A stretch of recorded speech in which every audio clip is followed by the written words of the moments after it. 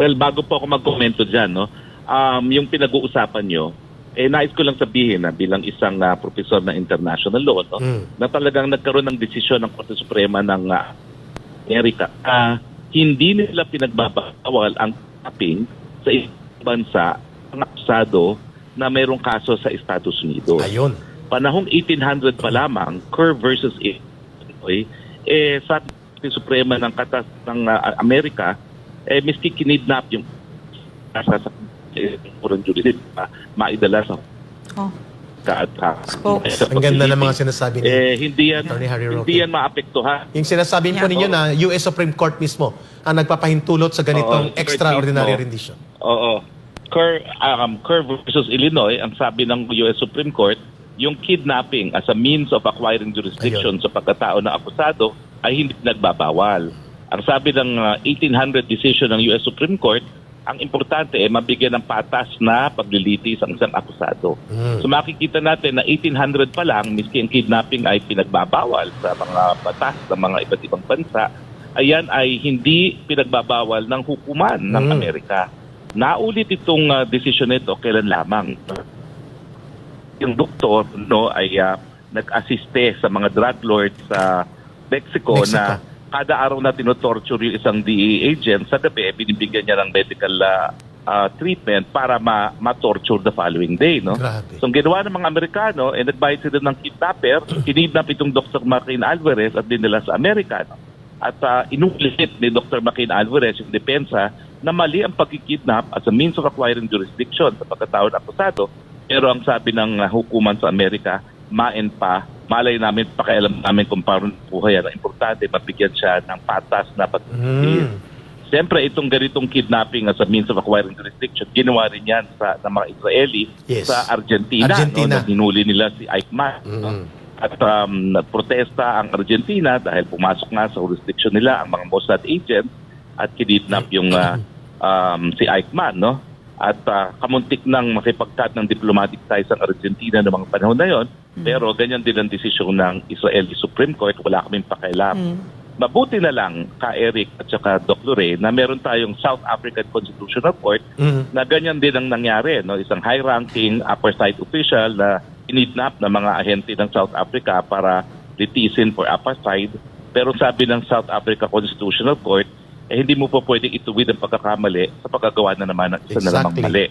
Kaya ang sabi, dahil kidnapping is illegal, hindi po pwedeng magkaroon ng jurisdiction ang hukuman.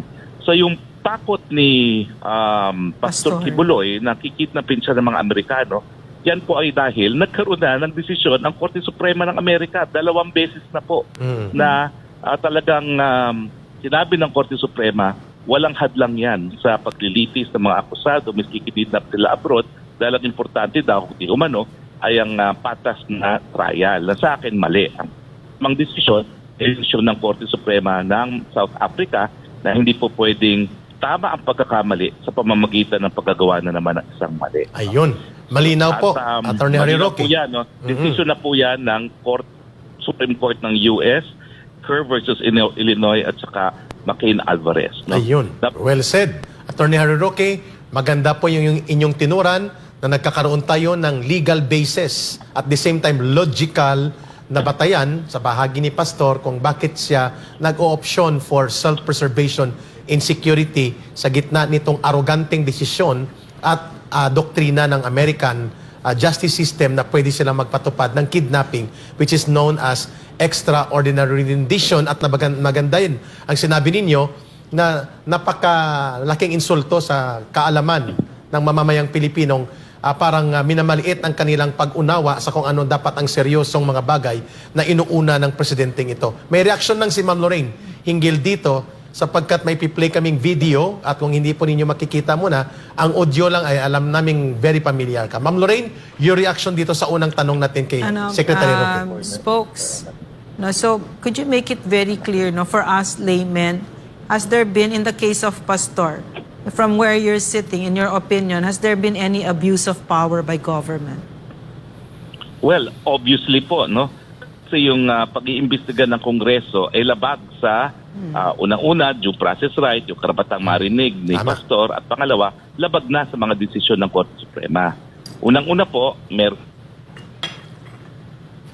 Wala. Naputol yata ang connection natin kay Secretary Harry Roque. So maliwanag yung sinabi niya, there has been some abuse of power. Yeah. Ayan na, nakabalik siya. yan, oo. Ang sabi po ng Dengzon, kapag ang isang bagay ay dinidinig na ng hukuman o di naman kaya ng ombudsman, hindi na dapat maghimasok ang Kongreso kasi yan ay makaka-apekto na sa karapatan ng mga nasa takdal. No? Tama. Pero alam natin na bagamat meron ng mga kaso na naisampal ang pastor, patuloy pa rin ang pag-iimbestiga ng Kongreso. Pangalawa, sabi din ng isang kaso na kapag tapos na at meron ng committee report, bakit mo pa ipapakulong for contempt for failure to appear? Nagkaroon ka na ng iyong committee report. Tapos na iyong investigasyon. So bakit ka pa magpapasite in contempt, di ba? So nakikita natin talaga na panunupi lang talaga ng karapatan ng ginagawa ng Kongreso. Gaya ng panunupi lang karapatan ng SMNI, nating mga mamamayan sa SMNI, nung sila ay nagrekomenda sa NTC at sinunod ng NTC na i-revoke indefinitely ang ating prangkisa. So nakikita talaga natin na from a legal point of view, wala talagang basihan yung ginagawa ng Kongreso. Ngayon, yung pagkatakot naman ni Pastor Kibuloy, kasi narayat ngayon dalawang kaso ng US Supreme Court mismo. Hindi po ito guni-guni, hindi po ito imahinasyon ni Pastor Kibuloy. At ka Eric, no, alam mo yung extraordinary rendition, iba pa yan sa kidnapping. Yes, sir. Yung extraordinary rendition naman, matapos ka kidnapping, mabuti sana kung dadaling ka kaagad sa korte. Yes. Pero ginagawa nila ngayon, dinadala ka sa tinatawag na mga black sites. Yun, black Kung sites. saan walang batas kapag ikaw ay tinorture. Bagamat yan ay pinagbabawal ng Convention Against Torture. No? Tama. Pero kapag ikaw'y dinala doon sa black site para i-torture at patayin, hindi ka na makakarating ng hukuman. Tama. Mabuti sana kung makakarating pa sa hukuman, no, si Pastor. Pero alam naman natin na nangyayari kapag kinalasify kayo as most wanted by the Americans, minsan mas mabuting patayin na. At ngayon, meron talagang kasong nakabinbin, wala pang desisyon sa Korte Suprema, kung saan kinu-question yung polisiya yan. Alam niyo bang meron silang polisiya na shoot to kill ang mga Amerikano laban sa mga di umano'y mga terorista. At ngayon po ay nasa Korte Suprema yan, dinidinig ng US Supreme Court. Kasi nga naman, kapag ikang pangalan mo ay nasa shoot to kill list, paano na yung karapatan na madinig ka, no? Yung tinatawag na due process right?